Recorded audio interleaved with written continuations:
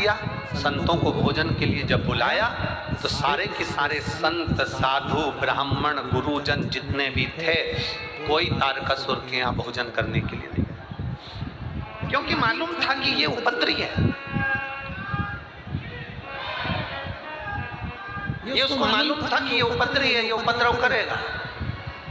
उसको मालूम था कि ये गलत काम करेगा, और अगर हम भोजन करने चलेगा और भोजन में इसने कहीं मांस मिला दिया तो, भोजन में अगर गलत पदार्थ मिला दिया तो, इसलिए एक भी संत, एक भी साधु, एक भी गुरुजन, एक भी ब्राह्मण जन तारकासुर के यहाँ भोजन करने नहीं गया। तब तारकासुर को क्रोध आ गया और तारकासुर ने आक्रमण कर दिया वैकुंठ पर, तारकासुर ने आक्रमण कर दिया इंद्रलोक पर, तारकासुर ने आक्रमण कर दिया ब्रह्मलोक पर। सारे देवताओं को, सबको तारकासुर ने इधर उधर कर दिया, सब पे अपना राज्य स्थापित कर दिया। भगवान नारायण से पूछा, बताओ मेरे पिता बजरंगासुर को गति प्रदान करना है, ब्राह्मण भोजन करने नहीं आते, संत भोजन करने नहीं आते, गुरुजन भोजन करने नहीं आते, तो मैं भोजन कैसे कराऊं? भगवान विष्णु ने कहा ब्रह्मा जी से पूछो। ब्रह्मा जी से कहा तो ब्रह्मदेव कहते हैं कि इंद्र से पूछो। इंद्र कहते हैं भगवान देवादिदेव महादेव से पूछो। शंकर भगवान के पास जब तारकासुर पहुंचा, तारकासुर नेत्र बंद करे हुए भगवान देवादिदेव महादेव के विग्रह को देख रहा था, केवल शिव तत्व को केवल निहार रहा था, शंकर को केवल देखने का प्रयास कर रहा था, शिव को पहचानने का प्रयास कर रहा था तारकासुर। और भगवान शंकर को जब पहचानने का प्रयास तारकासुर कर रहा था, नेत्र बंद थे मेरे देवादिदेव महादेव के, पार्वती उनके नजदीक में विराजी थी।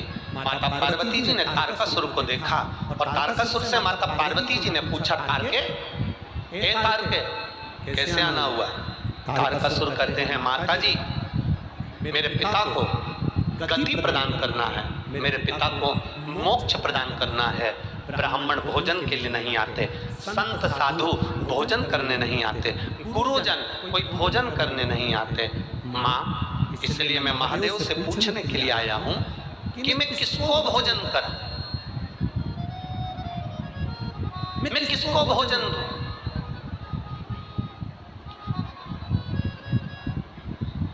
मैं किसको गति प्रदान करूं?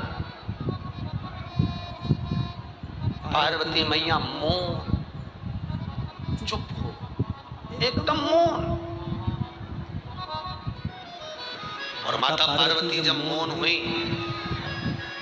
तारकासुर ने विचार करा, मैं महादेव जब तक नेत्र नहीं खोलते तब तक मैं उनकी आराधना करूं। शिव नाम का जाप तारकासुर ने किया। तारकासुर ने जब शिव नाम का जाप करना प्रारंभ करा, भगवान शंकर को रिझाना प्रारंभ करा, भगवान देवादिदेव महादेव राजी नहीं हुए।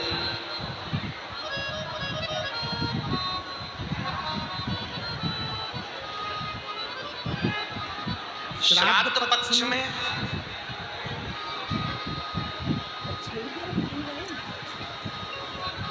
मासिक शिवरात्रि आती है, बोलो आती कि नहीं आती? अरे जम के तो बोलो जरा, आती है ना? श्राद्ध पक्ष में मासिक शिवरात्रि आती है, शायद 13 अक्टूबर की पढ़ना चाहिए हो, मासिक शिवरात्रि, श्राद्ध पक्ष। तारकासुर को मालूम नहीं पड़ा कि कैसे दिन निकलते गए निकलते गए निकलते गए। एक श्वेत पुष्प तारकासुर तोड़ कर लेकर आए, श्वेत पुष्प।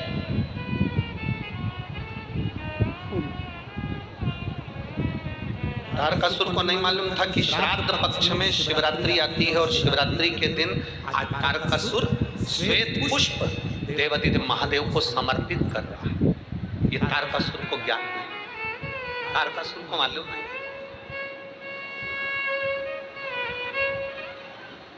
पहले तो लोग केवल एक शिवरात्रि को जानते थे भाई, बोलो सही है कि गलत? केवल एक शिवरात्रि माघ महीने की जानते थे कि महाशिवरात्रि होती है। शिव महापुराण की कथा धीरे धीरे सुनते सुनते सुनते सुनते शिवरात्रि के महत्व को लोग जान गए। एक पत्र आया है, देखिए।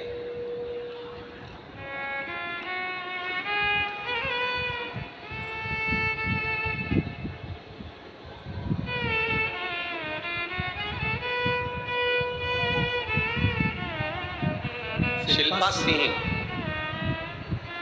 कुन्हाड़ी, कोटा, राजस्थान से हैं। आप ही हैं? दोनों हाथ हिला दो बाबू। श्री शिवाय नमस्तुभ्यम। मेरा नाम शिल्पा है गुरुदेव। मैं शिव महापुराण की कथा दिसंबर 2022 से सुन रही हूँ। गुरुदेव, मैंने सरकारी नौकरी के लिए कई प्रयास किए परंतु सफलता प्राप्त न हो सकी।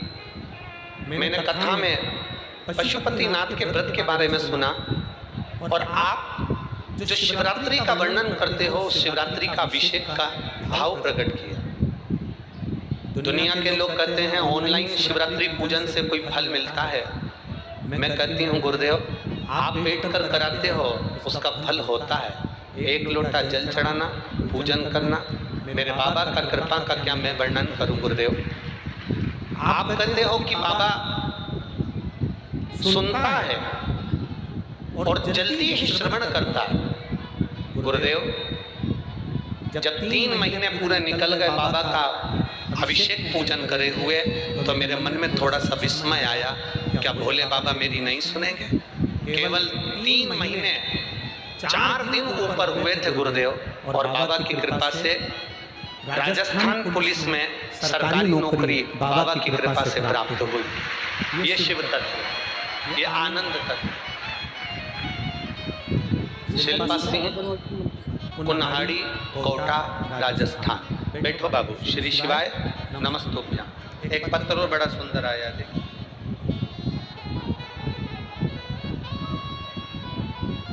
मेरा नाम संजू कबर है। मैं छावनी कोटा की रहने वाली हूँ। कहीं बैठी हैं संजू जी कबर? मेरा नाम संजू कबर है। मैं छावनी, कहीं बैठी हो तो हाथ हिला सकती है। दिख गई क्या? कहाँ बैठी हैं? हाथ हिलाओ एक बार। हाँ ठीक है, दिख गए, दिख गए, ठीक है। एक बार वापिस हिला दो हाथ, एक बार वापिस हाथ हिलाओ। हाँ जी। मेरा नाम संजू कबर है। मैं छावनी कोटा की रहने वाली हूँ। मेरा मोबाइल नंबर ये है गुरुदेव। भोले बाबा का मैं क्या वर्णन करूँ गुरुजी? प्रत्येक महीने शिवरात्रि आती है और शिवरात्रि का मैं गुणगान क्या कर सकती हूँ? एक लोटा जल सारी समस्या का हल है गुरुदेव। 2020 की बात है, मेरी बेटी के चेस्ट में 2 इंच की गांठ हो गई। जो 4-5 डॉक्टरों को दिखाया, बड़े बड़े हॉस्पिटल में, जयपुर आदि, पुणे आदि सब हॉस्पिटलों में दिखाया, तो डॉक्टरों ने कैंसर की गठान बता दी। कैंसर की गठान बताई, ऑपरेशन होना था। डॉक्टर के हिसाब से जहाँ चेस्ट में गठान थी वहां से गांठ को निकालकर चेस्ट को काटना था। बेटी की आंख में आंसू था कि बेटी का चेस्ट कैसे कटवा दे गुरुदेव। और गठान भी बड़ी बता रहे हैं डॉक्टर, और कैंसर की बता रहे हैं। जितनी जांचें हुई इसकी, सारी जांच कैंसर की रही, और सारी जांचों में चेस्ट को काटना बताया। अब करें क्या? तब किसी ने कहा आप ऑपरेशन कराने जाओ, मना नहीं, पर एक बार भोलेनाथ जी का पशुपति व्रत करो और महीने की शिवरात्रि आती है, 1 लोटा जल चढ़ाकर बाबा से विनती करो। गुरुदेव, शिव जी का मैं क्या वर्णन करूं? रोज जल चढ़ाकर बेटी को देती, चेस्ट पर लगाती, आचमन करती, बेलपत्र खाती। दूसरी बार डॉक्टर को दिखाने के लिए हम वापिस गए, तो जिन डॉक्टरों ने इसको कैंसर बताया था, वही डॉक्टर बोलते हैं इसका चेस्ट नहीं काटना पड़ेगा, केवल गठान निकलेगी और गांठ में कैंसर नहीं है। ये बाबा ने वर्णन कर दिया। गुरुदेव, गठान निकल गई, चेस्ट नहीं कटा, पर थोड़े के दिन बाद बेटी को फिर वहीं पर गांठ हो गई। जब गांठ हुई तब वापिस डॉक्टर को दिखाने के लिए गए और बेटी को बेलपत्र खिलाकर लेकर गए। बाबा का मैं क्या गुणगान करूं? हॉस्पिटल में बेटी के चेस्ट से वो गांठ गायब थी और बेटी को कैंसर नहीं था। मैं बाबा को यहाँ नमन करने के लिए, एक बार हाथ हिला दो बहन। श्री शिवाय नमस्ते। बैठिए, बैठिए। शिव तत्व इसी को कर। आप आते जरूर हो कथा के अंदर, आप पहुँचते जरूर हो शिव महापुराण की कथा को सुनने के लिए, पर आपसे निवेदन केवल इतना है कि दिल से सुन लेना, वो दिल से आपको लुटा कर चले जाएगा, दिल से लुटा कर जाए। आप उसकी अविरल भक्ति को धारण करो, आप उसके विश्वास को दृढ़ बनाओ। एक शिवरात्रि के पुष्प का वर्णन क्या करता है हमारा शास्त्र, शिवरात्रि का एक लोटा जल क्या वर्णन करता है हमारा शिव महाप्रभु। तेरी कृपा बिना न हिले एक भी अणु, लेते हैं श्वास तेरी कृपा से। गंगाधार मुक्ति द्वार ओंकार बोले, आयो शरण दिया।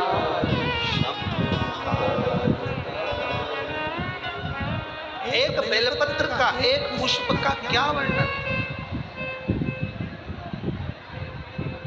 एक पुष्प का क्या आनंद है।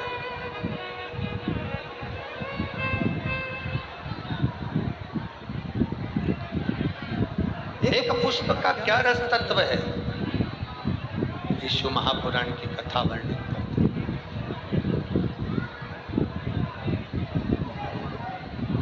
भगवान देवादिदेव महादेव की कथा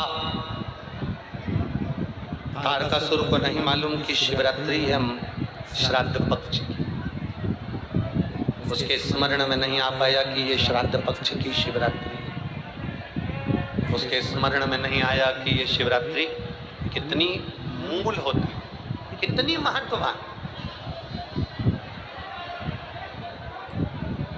इस शिवरात्रि की कितनी महत्वता होती है। शिव महापुराण की कथा कहती है, भाई श्राद्ध पक्ष में पड़ने वाली शिवरात्रि का स्मरण जरूर करिएगा। किसी नारी को अगर 32 साल भी शादी को हो गए हों और संतान नहीं हो रही, 30-35 साल हो गए, 32 साल हो गए, 28 साल हो गए, 15 साल हो गए, 20 साल हो गए और संतान का सुख नहीं, तो श्राद्ध पक्ष की शिवरात्रि की बड़ी महत्वता है, बड़ी महत्वता।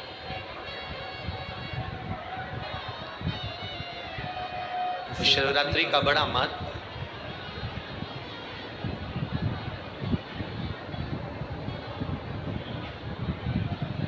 तारकासुर जान नहीं पाए कि आज श्राद्ध पक्ष की शिवरात्रि है। केवल एक श्वेत पुष्प, केवल एक सफेद फूल तारकासुर ने लेकर आए और बाबा देवादिदेव महादेव का जो स्वरूप था, भगवान शंकर का जो स्वरूप था, उस स्वरूप पर देवादिदेव महादेव ने शिव जी के चरणों में एक पुष्प समर्पित कर दिया। एक सफेद पुष्प, एक श्वेत पुष्प देवादिदेव महादेव को समर्पित कर, भगवान शंकर को समर्पित किया।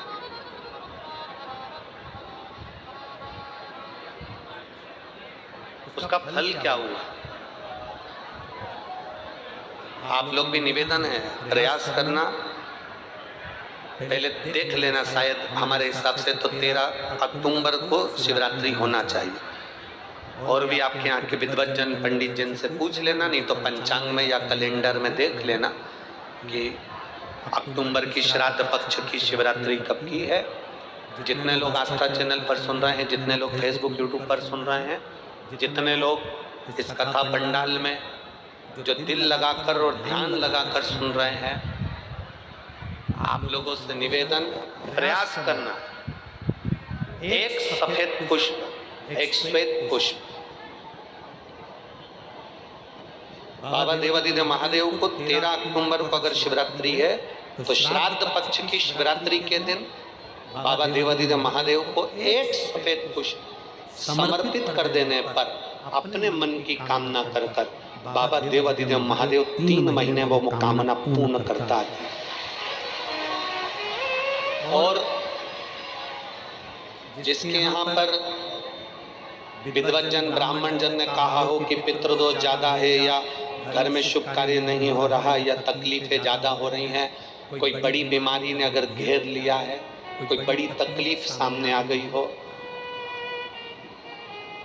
तो उनको भी निवेदन करूंगा कि प्रयास करना कि एक सफेद पुष्प अपने हाथ से बाबा देवादिदेव महादेव को समर्पित करें। उसके बाद तुम्हें जो बड़ी बीमारी है उसकी जब शिवरात्रि पर आप समर्पित कर दो, 1 महीना पूर्ण हो जाए, अगले महीने की शिवरात्रि आए, श्राद्ध पक्ष की शिवरात्रि जाएगी अक्टूबर की, फिर अगले महीने की जब शिवरात्रि आए तो उसके पहले आपकी जो बीमारी है उसकी एक बार जांच कराना, बाबा देवादिदेव महादेव उस बीमारी को समाप्त जरूर करें। श्वेत पुष्प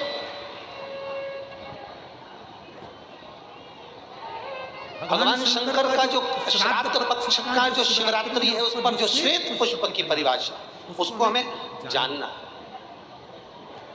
उस परिभाषा।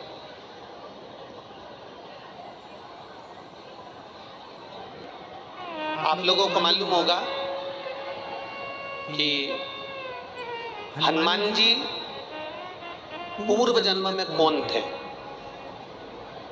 बोलो रे कोटा वाला। हनुमान जी का जो अवतार हुआ राम अवतार के समय पर, त्रेता में जो मेरे राम जी का जो सुंदर अवतार हुआ, तो राम जी के साथ में जो हनुमान जी प्रकट हुए, ये हनुमान जी को पूर्व जन्म में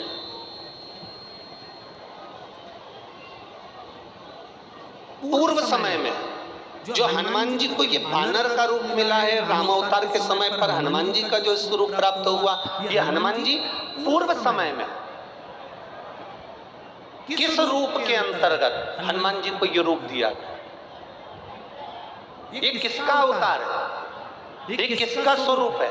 ये किसका अंश अवतार है? कई लोग कह देते हैं ये शंकर भगवान के अंश स्वरूप हैं, शंकर सुमन केसरी नंदन।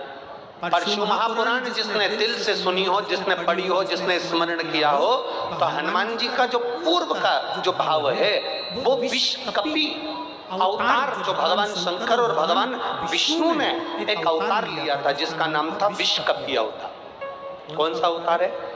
विश्वकपि,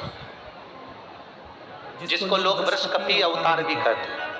कोई उसको विश्वकपि कहता है, कोई उसको वृषकपि अवतार कहता है। जब भगवान शिव जी ने और भगवान नारायण ने दोनों ने मिलकर इस सुंदर रूप को धारण करा था, कपि का मुख धारण करा था और एक असुर का संहार किया, जिसको वृषकपि भी कहा गया, जिसको विश्वकपि भी कहा गया। उस वृषकपि अवतार का रूप श्री हनुमंत लाल जी को त्रेता में प्रदान किया। श्री हनुमंत लाल उसका चरित्र भी आगे आएगा कथा में, अपन उसको सुनेंगे कि श्राद्ध पक्ष में वृषकपि अवतार का महत्व क्या है, विश्वकपि अवतार की महत्वता क्या है। देव पितर शिव महापुराण में अगर 16 दिन श्राद्ध के होते हैं और 16 दिन श्राद्ध में से कोई भी एक दिन श्राद्ध का जो तुम्हारी मर्जी पड़ जाए, जिस दिन तुम घर में फ्री हो, जिस दिन तुम्हारी मर्जी पड़ जाए, जिस दिन तुम्हारा मन कर जाए, उस दिन वृषकपि विश्वकपि नाम लेकर एक रोटी में थोड़ी सी शक्कर या गुड़, थोड़ा सा चावल, थोड़ा सा अगर चावल नहीं हो तो खीर बन जाए तो ज्यादा अच्छी है, रोटी के अंदर रखकर वृषकपि या विश्वकपि भगवान शंकर का एक अवतार है नारायण के साथ में। भगवान शिव और भगवान शंकर का नारायण का एक अवतार मिलकर हुआ था। भगवान शिव और नारायण का मिलन से 3 अवतार हुए थे। 3 अवतार हुए। एक हरिहर अवतार भी भगवान शंकर और नारायण के मिलन से हुआ। एक वृषकपि अवतार भी नारायण और शिव के मिलन से हुआ। तो जो वृषकपि अवतार है भगवान शंकर और एक भगवान नारायण और भगवान शंकर के मिलन से शरम्भेश्वर अवतार भगवान शंकर का और नारायण का मिलकर हुआ है। शरम्भेश्वर, ये 3 अवतार नारायण और शिव जी मिलकर बने हैं। 3 अवतार भगवान शंकर ने नारायण के साथ मिलकर लिया, शरीर एक बनाया, दोनों मिल गए, एक शरीर बनाकर जगत का कल्याण कर। रोटी हो तो रोटी, पूड़ी हो तो पूड़ी, पराठा हो तो पराठा, जो तुम बनाए हो उसमें थोड़ा सा मात्रा दूध चावल की या खीर की, थोड़ी सी मात्रा गुड़ की, और वृषकपि या विषकपि अवतार का नाम लेकर अपने दरवाजे के बाहर खड़े होकर जो गौ माता को श्राद्ध पक्ष में किसी भी दिन ये भोजन वृषकपि का नाम लेकर दे देते हैं, उसके घर में कभी संपदा की कमी नहीं आती, धन की कमी नहीं है। श्राद्ध पक्ष का ये स्वरूप है विषकपि अवतार। एक बार सब बोलेंगे, बोल विषकपि भगवान की।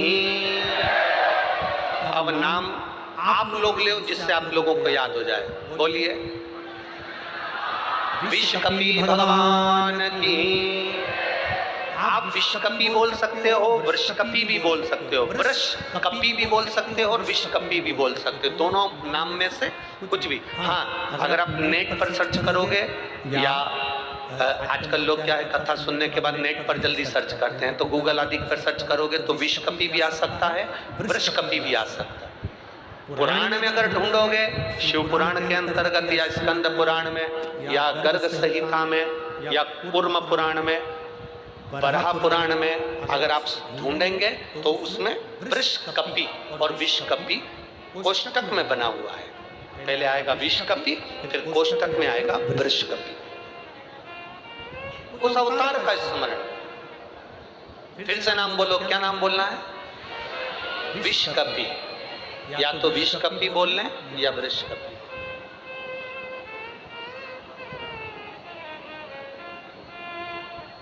देव पितर कथा का ये सबसे सुंदर संवाद है विषकपि अवतार। भगवान अब तारकासुर ने विचार करा कि मेरे पिता बजरंगासुर का गति कैसे हो, तो वो एक पुष्प, सफेद पुष्प को तोड़कर, उसको नहीं भान क्या शिवरात्रि, उसको भान ही नहीं, उसकी स्मरण में नहीं है क्या शिवरात्रि।